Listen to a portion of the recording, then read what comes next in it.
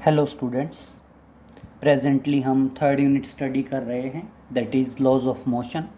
आज बस इस यूनिट को कंक्लूड करते हैं। कुछ पॉइंट्स देख लीजिए। बेसिकली ये आप इसको एक तरह से जनरल पोर्शन या न्यूमेरिकल पोर्शन की तरह स्टडी कर सकते हैं। सबसे पहला क्वेश्चन देखिए। मान लीजिए मैं कहता हूँ दो बॉडीज़ हैं, एक का मास m1 है और एक का मास है m2। Clear.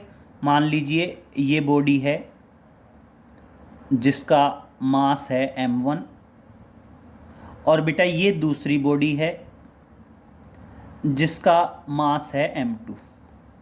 Clear. These are placed in contact with each other. ये दोनों बॉडीज एक दूसरे के कांटेक्ट में प्लेस्ड हैं। क्लियर। अब वो कहता है कि हम मान लीजिए इधर से फोर्स अप्लाई कर रहे हैं F। इधर से हमने क्या अप्लाई किया? फोर्स अप्लाई किया F। और अब हम कहते हैं calculate the contact force on M1। मतलब वो कहता है कांटेक्ट फोर्स निकालिए किस पे? ऑन M1 पे। तो देखिए क्या है, calculate contact force on mass m1। Clear. हमने क्या निकालना है? कांटेक्ट फोर्स निकालना है। और किस पे निकालना है बेटा? मास m1 पे निकालना है। क्लियर। बहुत ध्यान से समझिए। कांटेक्ट फोर्स का मतलब है कि m2 बॉडी m1 पे कितना फोर्स लगाएगी या m1 बॉडी m2 पे कितना लगाएगी, वो एक ही बात है।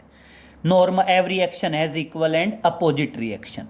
तो अब देखिए, contact force on mass m1 कह सकते हैं या contact force between m1 and m2 कह सकते हैं।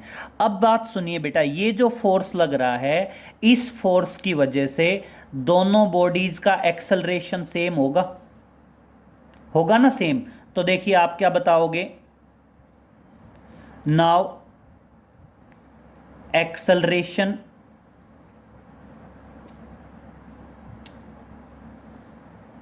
A, और ये जो एक्सेलरेशन A होगा बेटा, ये दोनों बॉडीज के लिए सेम होगा। और मेरी बात बहुत ध्यान से समझ लीजिए, जो आपका एक्सेलरेशन आता है वो हमेशा क्या आता है? नेट फोर्स अपॉन पूरे सिस्टम का कंप्लीट मास। और बेटा पूरे सिस्टम का कंप्लीट मास क्या आएगा? Mass of body m1 and m2। ये क्या आएगा बेटा? दोनों बॉडीज का एक्सेलरेशन हो जाएगा।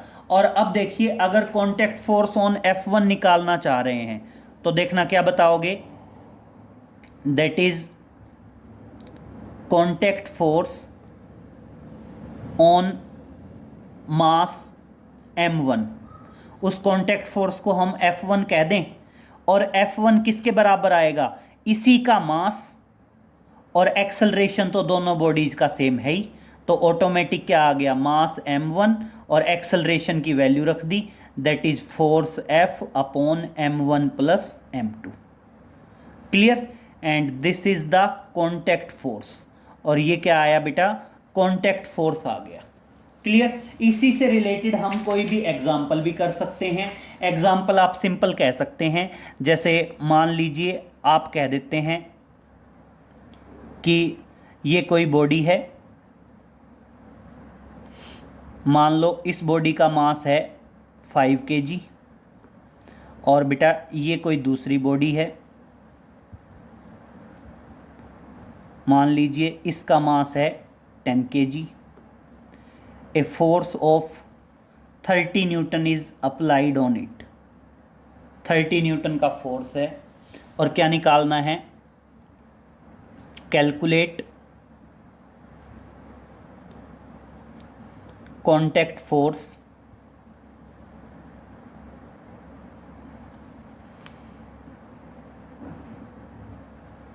Between m1 and m2। अब मेरी बात समझिए बहुत ध्यान से। अगर हम इधर फोर्स लगा रहे हैं तो कांटेक्ट फोर्स अलग होगा, इधर लगा रहे हैं तो इधर मतलब अलग होगा। पहले जनरली हम यही कांटेक्ट फोर्स निकालने की कोशिश करते हैं। तो यहाँ पे देखिए, दोनों बॉडीज का एक्सेलरेशन इधर आएगा। तो आप क्या बताएंगे कि जो आपका एक्सेलरेशन है A, वो एक्सेलरेशन ए किसके बराबर आएगा, पूरे सिस्टम का फोर्स अपॉन टोटल मास, और बेसिकली किसके बराबर आ गया, 2 मीटर पर सेकंड स्क्वायर आ गया। और अब देखिए यहां पे कांटेक्ट फोर्स क्या आएगा, कांटेक्ट फोर्स F मान लीजिए किसके बराबर आएगा, मास इनटू एक्सेलरेशन, और कितना आ गया, दैट इज 10 न्यूटन। फोर्स है तो मेजरिंग यूनिट क्या रहेगी, 10 न्यूटन आ जाएगी। क्लियर, तो कांटेक्ट फोर्स क्या आ जाएगा, 10 न्यूटन आ जाएगा। क्लियर। और अब इसी पे समझ लीजिए बेटा, अगर यहीं पे मैं ये कह दूं कि ठीक है ये बॉडी है जिसका मास क्या है m2, ये बॉडी है जिसका मास क्या है m1। क्लियर। और मैं कहता हूं इस बार फोर्स लग रहा है इस तरफ से, इस बार क्या लग रहा है, फोर्स इस तरफ से, और मैं कहता हूं कैलकुलेट कांटेक्ट फोर्स।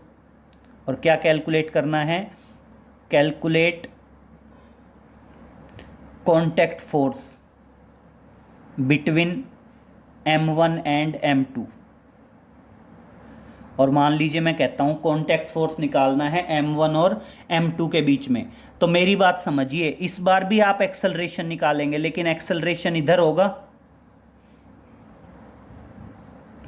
तो आप क्या बताओगे, now acceleration a is equal to F upon mass, तो दोनों बॉडीज का आएगा बेटा, यहां तो कोई प्रॉब्लम नहीं है। लेकिन एक बात समझिए बेटा, जो कांटेक्ट फोर्स होगा यहां पे, उस कांटेक्ट फोर्स की वजह से कौन सी बॉडी मूव कर रही होगी, m2 बॉडी मूव कर रही होगी। तो इस बार यहां पे क्या निकालोगे आप, सिंपल बताओगे, that is contact force on mass m2। इस बार कांटेक्ट फोर्स m2 पे निकलेगा, क्योंकि देखो यहां डायरेक्ट फोर्स कहां पे अप्लाई था, m2 पे, तो कांटेक्ट फोर्स किस पे था, m1 पे। यहां डायरेक्ट फोर्स किस पे अप्लाई है, m1 पे, तो कांटेक्ट फोर्स किस पे निकलेगा, m2 पे। और m2 पे निकलेगा तो ये कांटेक्ट फोर्स किसके बराबर हो सकता है, इसको भी F1 कह दीजिए, लेकिन ये क्या आ जाएगा, मास इनटू एक्सेलरेशन। ये मास m2 पे है तो इस कांटेक्ट फोर्स को चाहे F2 कह दीजिए, वो कोई फर्क नहीं पड़ता उस चीज का। और क्या आ जाएगा, m2, और एक्सेलरेशन की value F upon m1 plus m2। Clear. तो आप ध्यान रखोगे, एक बॉडी पे डायरेक्ट फोर्स अप्लाई होगा और दूसरी बॉडी पे क्या होगा, कांटेक्ट फोर्स अप्लाई होगा। क्लियर। तो देखिए इस तरह से कोई भी क्वेश्चन कैरीड आउट हो जाएगा, ये कांटेक्ट फोर्स फर्स्ट बॉडी पे था, ये कांटेक्ट फोर्स सेकंड बॉडी पे था। मतलब बस आपने ध्यान रखना है किस बॉडी पे डायरेक्ट फोर्स अप्लाई हो रहा है और किस पे कांटेक्ट फोर्स हो रहा है। जिस पे कांटेक्ट फोर्स हो रहा है उसी का मास इंक्लूड करना है, एक्सेलरेशन तो दोनों का सेम आना ही है। क्लियर। अब नेक्स्ट पे चलते हैं, देखिए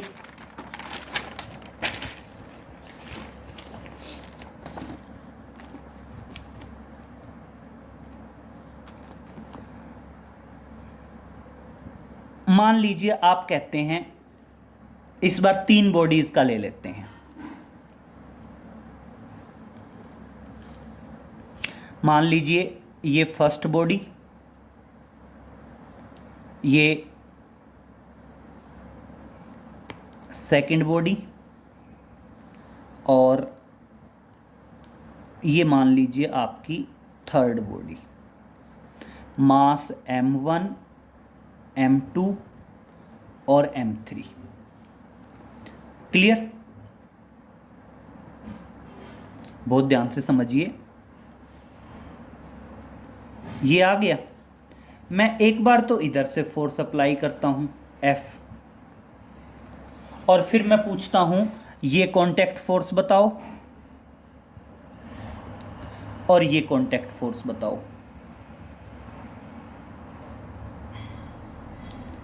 क्लियर। मान लीजिए ये कहता हूं, एक तो ये कांटेक्ट फोर्स बताना है और एक ये कांटेक्ट फोर्स बताना है। ठीक है। इस कांटेक्ट फोर्स को मान लीजिए F1, और इसको कांटेक्ट फोर्स को मान लीजिए F2। कांटेक्ट फोर्स F1 और F2 बताने हैं। सेम मान लीजिए यही क्वेश्चन मैं इधर ले रहा हूँ। आपकी बॉडीज़ हैं, वही 3 बॉडीज़ हैं, फर्स्ट, सेकंड और थर्ड। मास M1, M2 और M3। और इस बार मैं फोर्स इधर से लगा रहा हूँ और फिर मैं कहता हूँ ये कांटेक्ट फोर्स बताइए और ये कांटेक्ट फोर्स बताइए। क्लियर? सेम वही मान लीजिए ये कांटेक्ट फोर्स F1 और ये आपका कांटेक्ट फोर्स F2। आ गया समझ में? अब मेरी बात समझिए, चाहे दोनों कंडीशन की बात करें, एक्सेलरेशन ऑफ द सिस्टम बात करते हैं। एक्सेलरेशन ऑफ द सिस्टम, बेटा सिस्टम का एक्सेलरेशन क्या आएगा भाई? नेट फोर्स F है और मास क्या है? तीनों बॉडीज के टोटल मास ले लेने हैं, M1 प्लस M2 और प्लस क्या आ गया? M3। तीनों बॉडीज के मास ले लिए गए। अब तीनों बॉडीज के अलग अलग फोर्स निकाल दीजिए। तो देखो, आप इधर से क्लियर करिए, मैं इस तरफ से फोर्स लगा रहा हूं तो M3 पे तो क्या लग रहा है? Direct force. और अब बेटा यहां जो कांटेक्ट फोर्स होगा वो दोनों बॉडीज को मूव करेगा, M1 को भी और M2 को भी। और इसलिए आप क्या कहेंगे? द कांटेक्ट फोर्स F1 किसके बराबर होगा? कांटेक्ट फोर्स जो F1 है वो दोनों बॉडीज को मूव कर रहा है, M1 को भी और M2 को भी। तो कांटेक्ट फोर्स जो F1 है वो किसके बराबर आएगा? ये मास प्लस ये मास, और एक्सेलरेशन तो दोनों बॉडीज का पूरा सिस्टम का सेम है ही। तो इसलिए आपका F1 किसके बराबर आ गया? That is M2 plus M1 into F upon M1 plus M2 plus M3। Clear हुआ?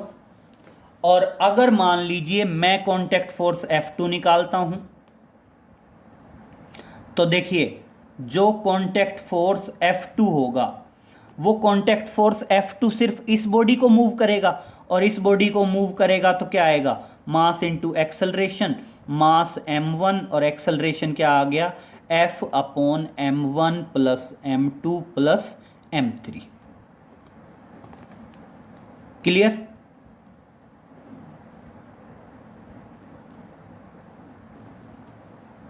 ये आपका क्या आ गया? कांटेक्ट फोर्स आ गया। क्लियर हो गया यहां तक? अब अगर मैं इसमें बात करूं तो इसमें भी देखो यहां तक तो कोई इश्यू नहीं है, यहां तक तो सेम है। That is acceleration of the system. हम बात करें सिस्टम के एक्सेलरेशन की, तो सिस्टम का एक्सेलरेशन तो देखिए क्या आएगा?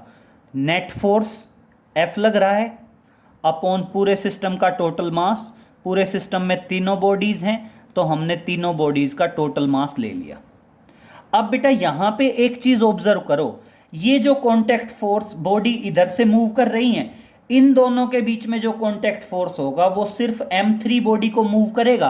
तो देखिए आप यहां पे कहेंगे कि जो कांटेक्ट फोर्स F1 है वो कांटेक्ट फोर्स F1 सिर्फ और सिर्फ M3 बॉडी को मूव कर रहा है, क्योंकि इधर से फोर्स लगा रहे हैं। तो ये जो कांटेक्ट और फोर्स है इन दोनों के बीच में, इनकी वजह से सिर्फ M3 बॉडी मूव करेगी, और इसलिए क्या आ जाएगा बेटा? मास ऑफ M3, मतलब मास M3 है और इनटू एक्सेलरेशन तो है ही। तो देखना आप वैल्यू रख दो M3, और एक्सेलरेशन की वैल्यू क्या है? F upon M1 plus M2 plus M3। Clear? और ये क्या आ जाएगा? कांटेक्ट फोर्स आ गया आपका F1। और इसी तरह अगर मान लीजिए आप कांटेक्ट फोर्स F2 निकालेंगे तो देखिए आपका जो कांटेक्ट फोर्स है F2, वो कांटेक्ट फोर्स F2 क्या है, दोनों बॉडीज को मूव कर रहा है। देखो इधर से फोर्स लगा तो यहां जो फोर्स है उस फोर्स की वजह से M2 और M3 दोनों बॉडीज मूव कर रही हैं।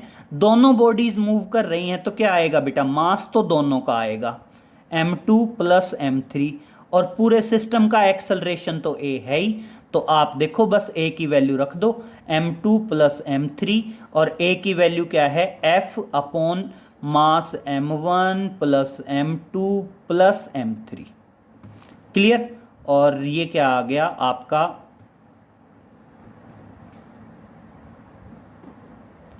टोटल कांटेक्ट फोर्स आ गया। तो इस तरह से बेटा हम कांटेक्ट फोर्स कैलकुलेट कर सकते हैं। कुछ इसी तरह के कुछ क्वेश्चंस और देखिए। टेंशन वाले बोल सकते हैं आप उनको, टेंशन बिटवीन द स्ट्रिंग्स। देखिए मान लीजिए आप कहते हैं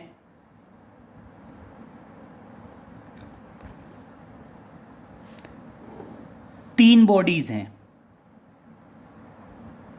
फर्स्ट बॉडी,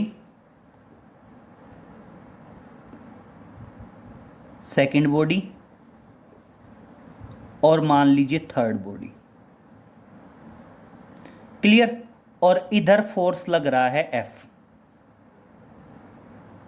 इधर फोर्स क्या लग रहा है, F लग रहा है। ये मास M1, ये मास M2 और ये मास M3। और अब मैं कहता हूं इस रस्सी में यहां टेंशन बताइए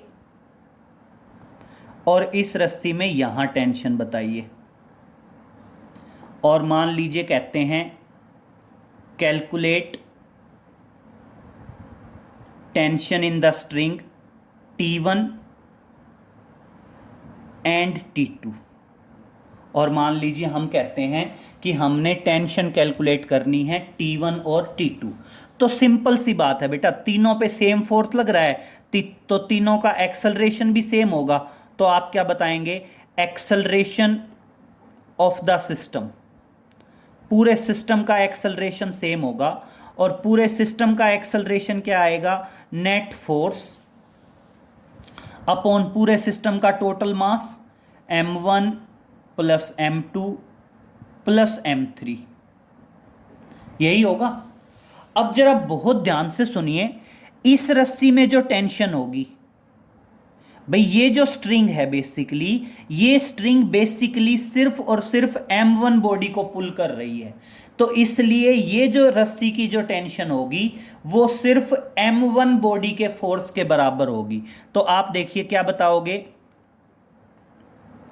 टेंशन T1, बेटा टेंशन एक टाइप का फोर्स ही होता है, फोर्स ऑफ स्ट्रिंग। तो देखिए ये जो टेंशन T1 है ये इस बॉडी के फोर्स की वजह से है, मतलब इस बॉडी को पुल करने के लिए जो फोर्स लग रहा है उसी से ये टेंशन जनरेट हो रही है। तो क्या आ जाएगा, इस बॉडी का मास और एक्सेलरेशन। तो देखिए बेसिकली क्या होगा, M1 और एक्सेलरेशन की वैल्यू तो है F upon M1 plus M2 plus M3। Clear. तो ये आपकी टेंशन T1 की वैल्यू आई।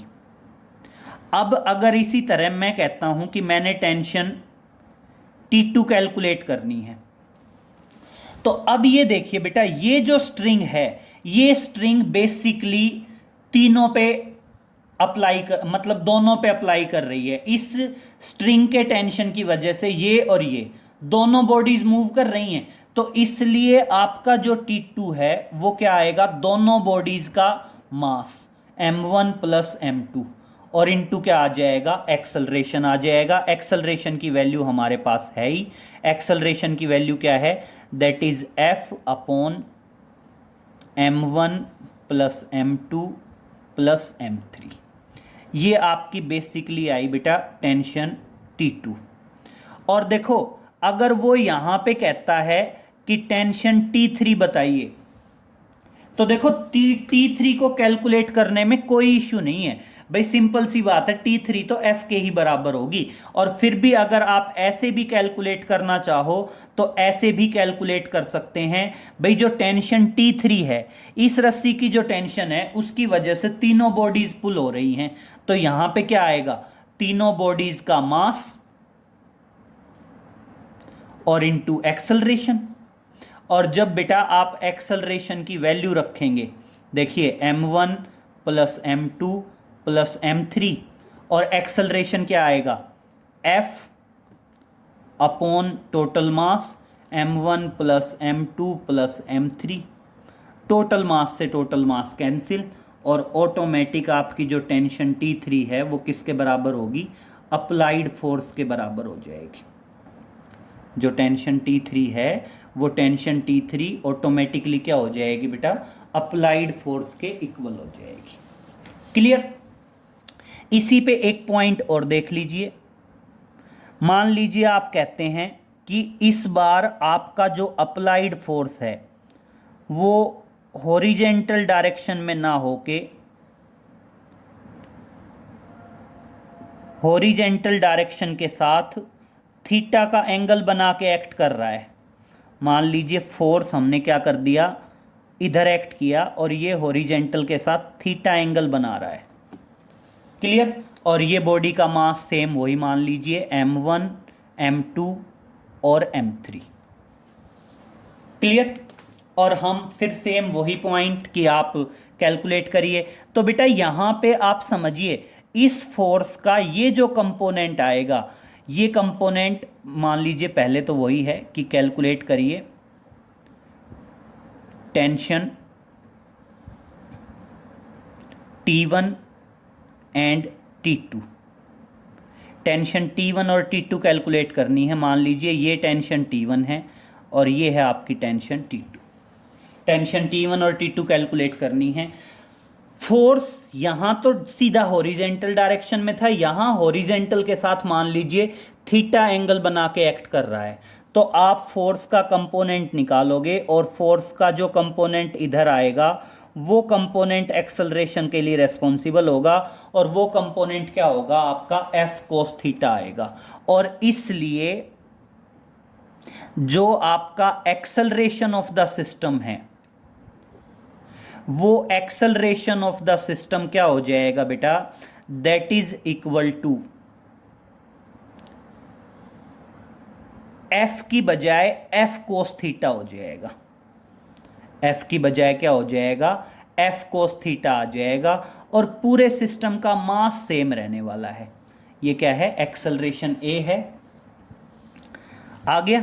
और अब बस सिंपल है, जो आपका टेंशन T1 है वो सिर्फ m1 बॉडी को मूव कर रहा है, तो क्या आएगा m1 इंटू एक्सेलरेशन।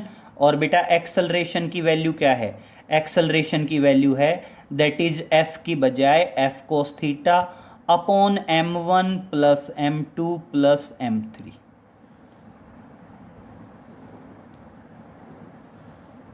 क्लियर। और आपकी जो टेंशन T2 है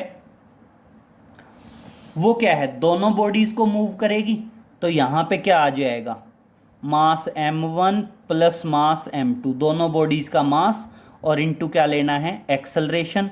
और इनटू एक्सेलरेशन लेना है तो लिख दो m1 प्लस m2, और इनटू F की बजाय क्या आ गया, F cos थीटा, और अपॉन पूरे सिस्टम का मास आ जाएगा m1 प्लस m2 और प्लस आ जाएगा m3।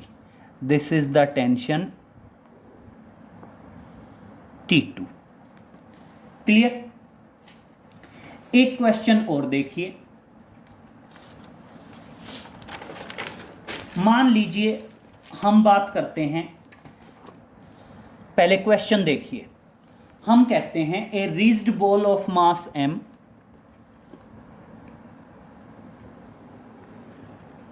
मान लीजिए हम कहते हैं a raised ball of mass m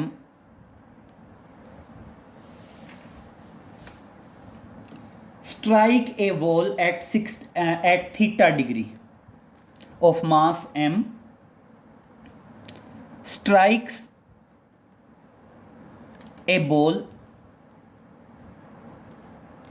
strikes a wall at theta degree and get reflected and gets reflected without loss of speed, without loss of speed as shown in the figure, as shown in the figure। अब देखिए बेटा, as shown in the figure का मतलब क्या है? As shown in the figure ये है, मान लीजिए ये दीवार है,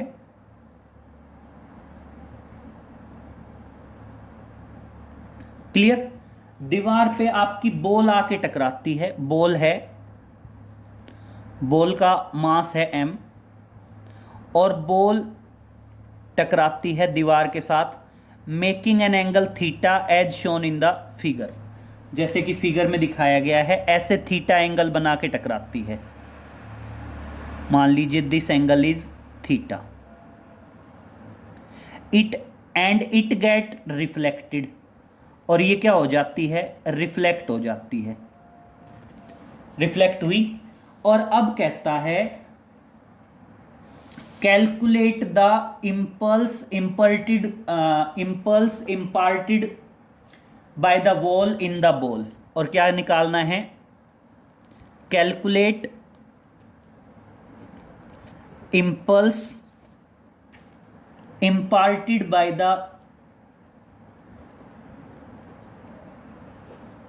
the wall to the ball, या इन द बॉल बोल सकते हैं, या टू द बॉल बोल सकते हैं। मतलब हमने ये बताना है कि दीवार ने बॉल पे कितना इम्पल्स लगाया है। क्लियर? तो अब मेरी बात बहुत ध्यान से सुन लीजिए।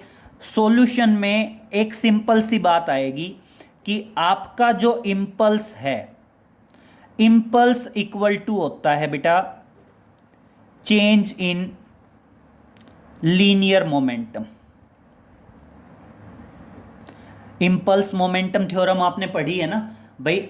इम्पल्स क्या होता है? चेंज इन लीनियर मोमेंटम होता है। तो इनडायरेक्ट वे में हम ये कह सकते हैं कि हमने चेंज इन लीनियर मोमेंटम निकालना पड़ेगा। अब मेरी बात बहुत ध्यान से सुन लीजिए। आप अज्यूम कर लीजिए कि बॉल की वेलोसिटी है v। हम अज्यूम कर लेते हैं कि बॉल की वेलोसिटी v है। और बेटा change in linear momentum x axis और वाई एक्सिस दोनों में निकालेंगे। तो लीनियर मोमेंटम mv था, इधर देखिए मैं डॉटेड आगे एक्सटेंड कर रहा हूं, डॉटेड आगे एक्सटेंड हो गया। ये लीनियर मोमेंटम की वैल्यू mv। इस लीनियर मोमेंटम को दो कंपोनेंट में रिजोल्व कर रहा हूं। एक कंपोनेंट इधर, मान लीजिए आपका ये कंपोनेंट इधर आ गया और ये एंगल थीटा। क्लियर? तो ये कंपोनेंट आ गया mv कोस थीटा। और बेटा जो कंपोनेंट इधर आएगा वो आएगा mv साइन थीटा, आने वाले की वजह से। क्लियर? अब इसी तरह जो रिफ्लेक्ट होके गई उसका भी लीनियर मोमेंटम निकालेंगे। उसका लीनियर मोमेंटम भी क्या आएगा बेटा? उसका लीनियर मोमेंटम भी mv होगा, क्योंकि मास और वेलोसिटी सेम रहने वाली है। उसने कहा है there is no loss of speed. तो यहां पे भी क्या होगा? लीनियर मोमेंटम एक्स एक्सिस में और वाई एक्सिस में। तो एक्स एक्सिस में तो लीनियर मोमेंटम इधर आ जाएगा mv कोस थीटा, लेकिन ये लीनियर मोमेंटम इधर है, जस्ट अपोजिट डायरेक्शन में है। तो इसलिए ये लीनियर मोमेंटम नेगेटिव हो जाएगा अगर वेक्टर की केस में चलेंगे। तो अगर आप यहाँ पे वेक्टर के केस का एक्सप्लेनेशन लेंगे तो ये लीनियर मोमेंटम माइनस होगा, क्योंकि ये लीनियर मोमेंटम इधर था और ये इससे अपोजिट है। और जो इधर आएगा वाई एक्सिस पे, वो लीनियर मोमेंटम सेम रहने वाला है। और वो लीनियर मोमेंटम आपका कितना होगा? सेम हो जाएगा, that is mv sine theta. Clear? तो आप क्या बताओगे? Change in linear momentum along Y axis, ये मान लीजिए वाई एक्सिस और ये मान लीजिए आपकी एक्स एक्सिस। तो क्या बताओगे? Change in linear momentum, change in linear momentum along Y axis, final minus initial. Final क्या है? एम वी साइन थीटा, और इनिशियल भी क्या है? Minus M V sine theta, और इज इक्वल टू क्या आया? 0। फिर क्या निकालेंगे? That is change in linear momentum along X axis.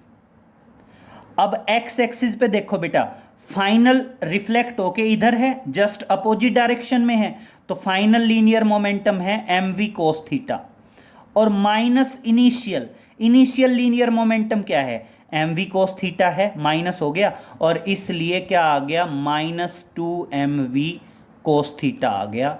That is change in linear momentum. और इस तरह से आप इम्पल्स बता सकते हैं। इम्पल्स जो है वो जनरली मैग्नीट्यूड होता है, that is change of linear momentum, और इसलिए आप कह दोगे जो इम्पल्स होगा वो इम्पल्स हो जाएगा 2mv कोस थीटा।